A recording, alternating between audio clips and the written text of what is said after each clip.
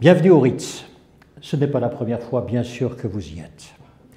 Le Ritz, beaucoup de personnes s'y sont exprimées, à commencer par Auguste Escoffier, le premier grand chef qui a donné tout le lustre gastronomique à cet établissement.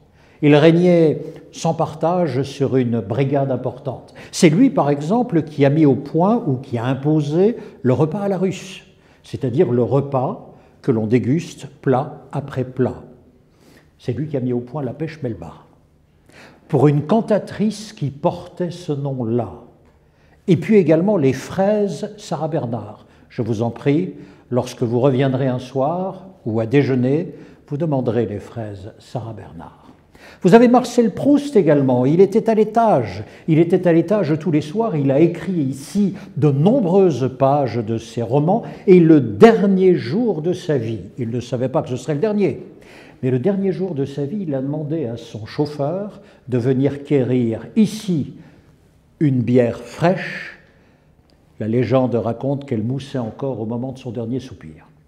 Coco Chanel, bien sûr, pendant des années, a résidé ici au Ritz. Il paraît qu'elle terrassait le personnel. Et enfin, vous avez Hemingway, à 2 pas, juste au bar. Il construisait sa légende. Et vous avez aussi des romanciers américains sulfureux, Francis Scott Fitzgerald. Le voici éméché au bar. Une sublime personne entre. Il lui fait porter immédiatement un bouquet avec son Bristol. Elle le refuse. Alors il regarde la jeune femme et il mange chaque fleur, les unes après les autres.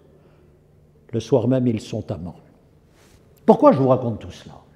Parce qu'ici, la culture a parlé, parce que l'histoire parle, parce que si vous êtes ici, c'est parce que vous vous inscrivez dans cette histoire. Et pas seulement la culture, vous avez également tout le monde des affaires. Le monde des affaires s'y donne rendez-vous, à la fois pour signer ce qui a été accompli, pour célébrer ce qui a été réalisé. Je ne prendrai qu'un exemple, venu d'ailleurs. Gérald Garner. Gérald Garner est un entrepreneur, il a, lorsqu'il vient, 120 bijouteries, puis 600, puis 2000. Évidemment, la place Vendôme, c'est sa deuxième patrie, le Ritz, c'est sa deuxième maison. Il y est régulièrement, alors même que c'est un sujet britannique, il y est régulièrement, précisément pour assister aux nouvelles collections et pour pouvoir également accueillir clients prospères. À chaque fois, ce qui réunit toutes ces personnes, ce qui réunit votre présence, c'est la performance de la parole. Et c'est là-dessus, si vous le voulez bien, où nous allons travailler pendant quelques minutes. J'espère n'avoir rien à vous apprendre, mais avoir tout à vous rappeler.